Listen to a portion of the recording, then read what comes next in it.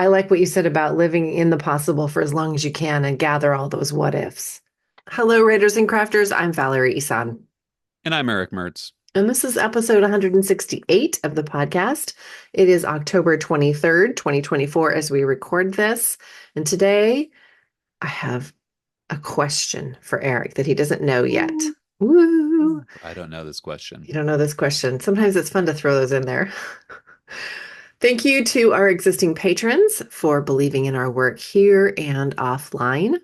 And you can become a patron of the arts by going to patreon.com/Valerie Isan, IHSAN, or patreon.com/Strange Air Stories for short stories in the paranormal mystery genre written by Erick. Announcements. I will be with Erick in Gig Harbor, Washington next weekend, not this coming, but next weekend for the Write in the Harbor Writing Conference. I'm going to be talking about my workshop is on from idea to outline, planning a great book. And that's what I did in Alaska, but it was the master class. So I had 3 hours to do it and this I have only 1 hour for this next one. Oh, So I've yeah. got to like Yep. modify that baby somehow and squeeze it all into 1 hour. What are you teaching? In Gig Harbor, what are I'm you doing teaching? I'm doing self-publishing fundamentals, sort of my journey through here's what I did that worked, here's what I would do differently, here's why it's important. Hmm. Um, I've taught this at an hour, I've taught it at 2 hours. It really, yeah, I'm in the same boat where it's like I will start it off by What saying you vital all piece can of just information do I not say here? or it's just well, I don't admit it. I did it for an hour in Southwest Washington at the Southwest Washington Writers Conference, and I found it's just best to remind people we're going to go through these things quickly. Here's my email. Here's my Hmm. find me after if you want to, if you're stuck on one of these things or if one Oh, of these that's a things good doesn't idea. make sense, find me and we'll talk about it. Yeah. Oh, Yeah. that's a great Because it's, idea. you could talk for an hour about you could talk for an hour about covers. You could talk for an hour about building a mailing list. So yeah, come find me after is my I'm gonna have a t-shirt. Come find me after. I am also teaching at Wordcrafters in December. This is what I couldn't share last week because yeah, because Splashy reveal I music. hadn't Splashy I reveal hadn't music. settled all the things, but I'm teaching a all-day workshop on the title is Unlock the Heart of Your Memoir. So Ooh. we're gonna bust those memoir myths, find the Does the stories. graphic have a heart with a key in it? With a keyhole and then there's a key? That is not what their advertising team came up with now. I just came up with that, so you should do that. Yeah, so there's going to be a lot of stuff. We're going to discover the memoir's core message. We're going to talk about the key elements of memoir writing, break through those memoir myths. We're going to do some character development exercises. Even, you still have to develop yourself as the character in memoir. We're going to have fun exercises doing that, some writing exercises, group discussions, practical takeaways. It's going to be great. So, December 7th, 10 a.m. to 5 p.m. in person at the Wordcrafters studio in Eugene, Oregon. And there's a And sliding scale. What's tomorrow that? morning, I will be at the Wordcrafters studio in Eugene, Oregon. I've never worked with Wordcrafters, so tomorrow is my maiden Wordcrafters voyage. Nice. You'll Yeah, like it. It's a cool space too. Very inclusive yeah, and yeah. they Ghost always story provide weekend. chocolate It is everywhere. in. It's I like am their so. tagline. It Like is in there's all the chocolate everywhere. messaging. It's in all the messaging. Reminder: here's the meals we're providing, and there'll be chocolate. I'm like, okay. My wife's like, "What do you need to bring?" And I said, "Not clearly not chocolate because we don't have that. Pack the whiskey, not the chocolate." All right. Well, I don't have a tidbit today. Do you have a tidbit today? I'm going to just reference kind of our conversation about that we had earlier. I just think the tidbit I have is like I think knowing your boundaries in your work. is really important. Hmm. I'm learning them. I'm a 48-year-old person who's really learning about boundaries for the first time in his life. And I'm finding that like the more you have in your work, um, the better your work is going to be. Like there is just no award for being um, pushed. There's no award for how far somebody can push you. So Mm. I don't know. I just think if your work is if you feel like there's a need for a boundary, like my little tidbit of advice is like step back, just really do it. And I know that's not like a link or something you can download, but I think it's just a tidbit of the mind that just it's Hmm. really important I have a for tidbit of sure. the mind then. I didn't know that that was acceptable. I'm thinking like resources here, but here's my little 2 cents of advice right now. It's going to be funny. Ready? Here's the Yeah. morning show laugh. Exercise gives you energy. Yeah. Yeah. It's okay. I never believed that, like ever. Anytime I exercised, I would be exhausted afterwards. And Right. sometimes we'd even Right. have to take a nap afterwards or be so tired, like I would just cry thinking about having to go exercise because I think my cortisol levels were just so low, or, before it was like undiagnosed thyroid issues. And like I never reached that place where exercise gave you energy. But I'm doing this class pass thing and I've been pushing myself to go work out every day. And yesterday, Tuesdays are like my super long, exhausting days. I get up at like 6:30 in the morning and I leave the house. I go to work and then I come home and immediately leave again for Spanish. I'm eating dinner at like 9 o'clock at night. Like Tuesday is a really long day. And I'm like, how am I going to add an exercise class to this, for this trial period? I'm trying to do them all. And I went to an 8:15 spin class yesterday for the very first time, and then went straight to work and worked 7 hours, and then went home, grabbed my Spanish shit, went to class for a 2-hour Spanish class, and I walked there because it's near our house. I walked home, and as I'm leaving the Spanish class, I'm like, wow, I am not completely knackered. This is very Yeah. curious to me. And I thought, well, Yeah. shit, I think maybe I've reached that place where exercise gives you energy. Fanfare. That's Love it. amazing. I'm Love it. Love stoked. to hear it. So, That's a good one. yay. So Okay. between our like if we combine those tips, let's combine those tips into one. So like if you're stressed by work, do some exercise and work on your boundaries and you'll kind of kill two birds with one stone. Right on. There you go. Two The birds, one tidbit to stone. rule them all. Okay. Ready for your question? Oh, no, I'm wait. We, ready. we haven't done the reading. What are you reading? I decided to just jump in. I'm a big fan of Alan Moore, it's a great writer. He did all the new Swamp Thing stuff. He did a book called oh God, his name's escaping me. He's a great writer. He wrote The Watchmen. He wrote those kind of comic books, but he has a new novel series called Along London, and the first book is called The Great When. And so I picked that up at my local bookstore, Parallel Worlds, and I am now reading it. So Nice. it's interesting because like it's so style. It's so much style. The prose is so like gutter gutter London 1949, just like vernacular. It's just so like you have to read it slow because it's just thick with like the way people talked back then. So, but it's great. It's like it's great. Really good. I What about you? wanted to write down the shout out to the local bookstore, Parallel Worlds. That's in Oregon City, right?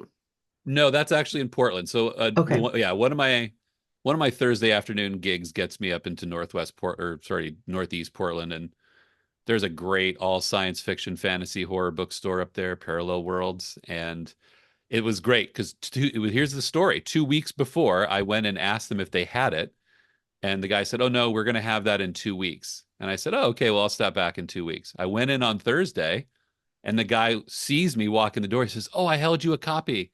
And he reaches Oh, up to the top shelf and he pulls the book down and he says, here you go. I'm like, that's this is awesome. amazing. I Yeah. love it. I've never been in this. I'd only been in the store like twice. And he remembered my face from 2 weeks before. So That's hats awesome. off. I will Hats be off. doing most of my shopping there. That's cool. Yeah. I am actually reading The Year of the Puppy, which does not mean I'm getting a puppy. I will advise against it as someone who's listening to a puppy roil around outside his door. It's great, but like it's also Alexandra weird. Horowitz also wrote Inside a Dog. She writes a Mm, lot. She's a dog scientist. mm. Let's just say that. I mean, that's not her like handle. Right, right. It's not her At her dog legal scientist. credentials, but anyway, she writes a lot about dogs, and I'm not getting a puppy, but I did just sign my 5-year-old dog up for another dog obedience class, and they recommended that book. So I'm just Hmm. checking it out. So the Year of the Puppy, Alexander Dogs Horowitz. are it is interesting. I mean, I'm not saying anything groundbreaking, but like watching a puppy develop is very interesting. Mm, It's how quickly they learn, how differently they learn. It's like I take my puppy for a walk and it's like now that it's autumn and everything's on the ground, sticks and leaves and hmm. hawthorn berries and all this stuff, she has to like investigate everything. It's like Yeah. a leaf and like the whole walk has to stop and she gets down and it's like, it's What a is leaf. this? It's a leaf, Roxy. It's a leaf. Roxy. I like that. It's just so When cute. you're out walking, do you often be like, Roxanne? Does that Well, ever that's come up? no, I haven't gone there yet. I haven't gone That's the first Sting. thing I thought of. Here's a bit tidbit about me. I do not love Sting. Oh, Um, okay. I call her Roximus. That's when she knows she's in trouble. I turn her into Roxibus? like a Roman.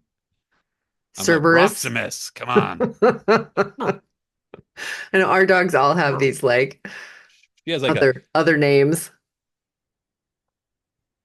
All right. yeah. Oh, every dog in our world gets like 17 names. All right, here we Right? go. Yeah. Okay, here's your question. How Oh, do questions. you foster creativity? Oh boy. Can you play the Final Jeopardy theme Do right now? do do do do do do do We're gonna have to do pay do a fee now. do We're gonna have to do pay a fee. do. It's Um, like branding. Do you oh want me to man, that's a hard caveat question. that? Sure, caveat that, but I Okay. might blow past the caveat. You're going to blow past the caveat? Okay. I might. I don't know. I don't know what the caveat is. The reason I thought of it this morning was because I was thinking, like, I was wondering what what thing could we bring to our audience? What would be most helpful to a writer? And I don't know if it's most helpful, but the very first thing I thought of was like, where do you get your ideas? But we've already kind of talked about that. So I wanted to look at that kind of with another spin, like I know how you get your ideas. They just sort of come to you. You're at your Cub Scout, meeting, or you're watching a baseball game, or, and you just randomly get these ideas that just like show up like little presents wrapped up for you. And you're like, wow, Yeah. thank you. I'll take that and put it in my idea file. And that doesn't actually happen to me, but I thought, well, how do you foster that? How do you grow that? And I started thinking of all these other ways to do it. And I came up with, 4 or 5 of them. So I just wanted to hear, like, how do you foster Mm. your creativity? Well, I think when you talk about that, yeah, I've given those examples. I don't know if we did it on the cast or if these were things I shared with you, but um, I was at a Cub Scout camp with my kid this spring, and I had this idea, went to the camp, the idea unlocked. I think there's something just neurological where like the sort of like primordial well of ideas is always ready. Um, but the fostering of creativity, I think comes from when I get that moment of inspiration is like that moment of inspiration will come. You're right. In a baseball game, I'll be sitting there watching something, I'll hear something, there's a confluence of factors and it'll give me an idea. I think the fostering comes from like, what do you do when you get the idea? Right? I think that to me for me the fostering is once that idea comes, I don't memorialize it right away. Like I do my best not to sit down and like write it down and get married to that first version of that idea because while I have to somehow retain it, it's also to me it's counterintuitive to memorialize it too fast. Because if I then the idea is set in stone, and once the idea is set in stone, then it becomes like something else. So I try to like I give myself the exercise of just living with it for as long as I possibly can and see how long I can tease it out. So like for example, when I was at the Cub Scout retreat, um, the Cub Scout camp, I'd had this idea for sort of a paranormal mystery story that involved a camp host, like the people that live in um, a campground.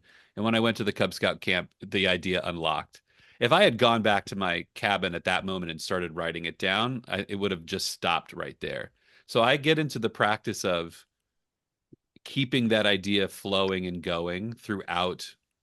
I can kind of I see the big picture. All right, I'm going to be here for 3 days. I'm going to live with this idea for as long as I can in the possible for as long Mm, as I can so that I can grab every possible like offshoot because living in that possible I like call it living in the what if like the longer you live in the what if with an idea the longer the idea gets to grow the mhm, longer it starts to flower right okay well it's going to be about Cub Scouts ooh and what if there's this and then what if there's that and what if there's this and you just keep those things going um then there's always got to be that download time. So it's like there has to be the trust that I can live with this idea for many days or however long I need to foster it, but then I'm also going to have the hour or two that it takes to sit down and just download all of that I got. So there's a lot of like and I think I lose some of those ideas, some of that creativity because I don't record it right away, but I have now just learned to trust that that stuff just fell away. It's the leaves that fall off the tree that aren't going to be there next mm, spring. So I try to hang with it as in the what if as long as possible.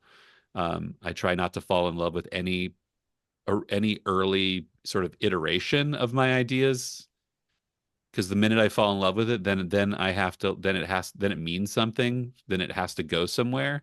Um, I don't know. It's sort of like being in a relationship with a person like you kind of have to you have to do the work to let them be them all the time without making them well now you're my wife husband boyfriend girlfriend whatever you that makes them that defines something like let them be them and then mm, you get more of them and try to mm, think of ideas like that like okay how long I'm noodling on one right now to be honest like mhm, I've had this sort of this I had a short story that didn't get published. I got really upset when it didn't get published a couple of times, so I ended up writing a sequel to it. And then I thought, wow, I could just write like a linked series of stories that all connect. And so then I'm working on the next one in my head. I may at some point in this long weekend come to that place where I'm like, okay, I've got to write this down because I mhm, think I've got enough of it to make it work. Um, and the other part of that is like I think it's also like we were talking about puppies, and it's like puppies learn by playing. mhm, Puppies make mistakes. Puppies, that's how it works. And I learned this through a kid. It's like the longer I keep playing with it, the better. So I try to, if I'm noodling with an idea, I will sort of play with it with other people too, without them knowing. Like I'll sort of venture out a little piece of something and see what people get. I'll drop a line or a joke or something that connects to it and just see what the response is. mm, I tempt other people's input on it because I feel like who knows what magic happens. And it happened when we were with the Cub Scouts. Like I ended up talking when we took this hike up the beach. There's like two Cub Scout camps 2 miles apart, and we went from ours to the next one up the beach. And as I'm noodling with this idea, I just sort of talked to all the senior Cub masters, the den leaders and the pack leaders about stuff, nothing literally to do with the story, but it was adjacent to the story. And they were just offering all of these things that I just added, like, oh, that character would have to know that, or that character would obviously have those values. And so So you don't go up there and say like, "Hey, I'm writing a story about camp counselors. What do you got?" It's more no, like, "Okay." no, but I'll walk up to the quiet guy and I'll say, how old were you when you went to that camp? Oh, I was 15. Is this your first time back? Oh yeah, first time back in 30 years. And then I'm like, okay, so now I'm in this like I'm in his head and we're talking about it. And as we're talking, this is kind of the crummy thing about being a writer is you're talking to someone. I have to remind myself like I genuinely love everybody and I want to know everybody's story because I care about them. But also there's a little bit of research going on when we're talking. And so there's a little bit of like, I want to know you because I may want to write you. Um, and look, I've made peace, a little bit of peace with that. Not all. I'll never fully make peace with it because outside of my family, I think everybody is just research, hmm Val. Just kidding. Joy and Hobbit Um, in the morning. I, I kind of feel like that is, I really hope, like a statement of respect. Like, I Mm-hmm. want to help tell stories that you might relate to, even if it's hmm a weird mystery thing. I want, if you ever pick up this book or pick up this story, I want you to be able to see a little bit of yourself in it and hmm feel bigger. I don't know. I think Yeah, that's maybe part of the mission, but that's I awesome. just, I love that. I try to live with it as long as I can. And I think yeah, I used to write down everything at the moment because I got worried. hmm I'd keep a notebook in my pocket. I'd keep a notebook by the bed. I'd keep a notebook in the kitchen, and then my wife would be hmm like, "What grocery list is this?" I'm like, "That's not a grocery list. Don't that's a touch it. something that's something else." Um, but that doesn't work because as soon as I write it down, it's like, "Oh, well, I wrote this down premature and it's kind of a dead idea." But if I linger, we get there. And I think that does foster that creativity. It does Right. allow you to, yeah, I like what you said about living in the possible for as long as you can and gather all those what ifs. Yeah, yeah. That was a 2 night camping trip, 3 days, 2 nights, and it was right up until the very end. And very clearly remember getting in the car, and Elijah was very tired, and we had a 2 hour drive home. And he just wanted to zone out with the podcast and in the back seat of the car. And I was perfectly happy to do that because at that point I was like, okay, now starting to hmm filter through like what am I going to do with okay, like yeah, okay, yeah, and it's like this and it's like that and by the like probably a day later I sat down, right over here with a notepad and just started writing out like this is what happens, this is what happens, this is what happens. So I think it's just staying in the abundance and not marrying any idea too quickly. um yeah, That's cool. yeah, I love that. Thanks for sharing your process. I love process absolutely. stories. Nice. And as I go into Ghost Story Weekend, it'll probably be the same thing. It'll probably be something will hit me. It's usually when I'm away from home. You're kind of in a new space and something will hit me and I'll noodle on it. And who knows?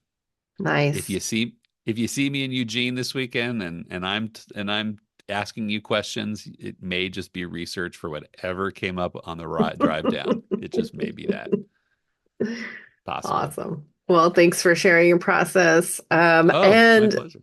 next week we are going to have a guest on the podcast. Her name is Michelle Berger Tracy, and we're going to be talking about being a Black woman writer in the speculative fiction world. Love this. Yeah, I'm Love super it. excited. I met her through the Author Life community, through Jay Mhm. Thorne's community when that was still happening. I don't know if you met her while you were there too, but yeah, Mm-mm. I I was met only there her at briefly. I was only there briefly, and I don't know. We can talk about this someday, but I have a hard time integrating into groups where everything is really defined already. Mm-hmm. I it was really hard to get in there because there were so many channels, and I was like, I don't know where my idea goes. Here's Mm-hmm. part of what we were just talking about. I don't know where my idea goes because there's so many defined channels. I don't know what to do. Um, it's that's an interesting topic because I'm now reading Locus magazine, as we talked about a couple of times ago, and Hmm. seeing what is being published and what is really driving taste in the genres. Yeah, it's going to be an interesting topic. There's a Yeah, lot I'm to excited. be said there. Yeah. All Well, right. cool. Well, thanks for talking with me, and I will see you personally tomorrow, actually. Absolutely. Yeah. First I'm, time in a I'm long time that we'll be been in the long. same room together. And listeners, we will see you next week on Wednesday. Bye for See you now. then.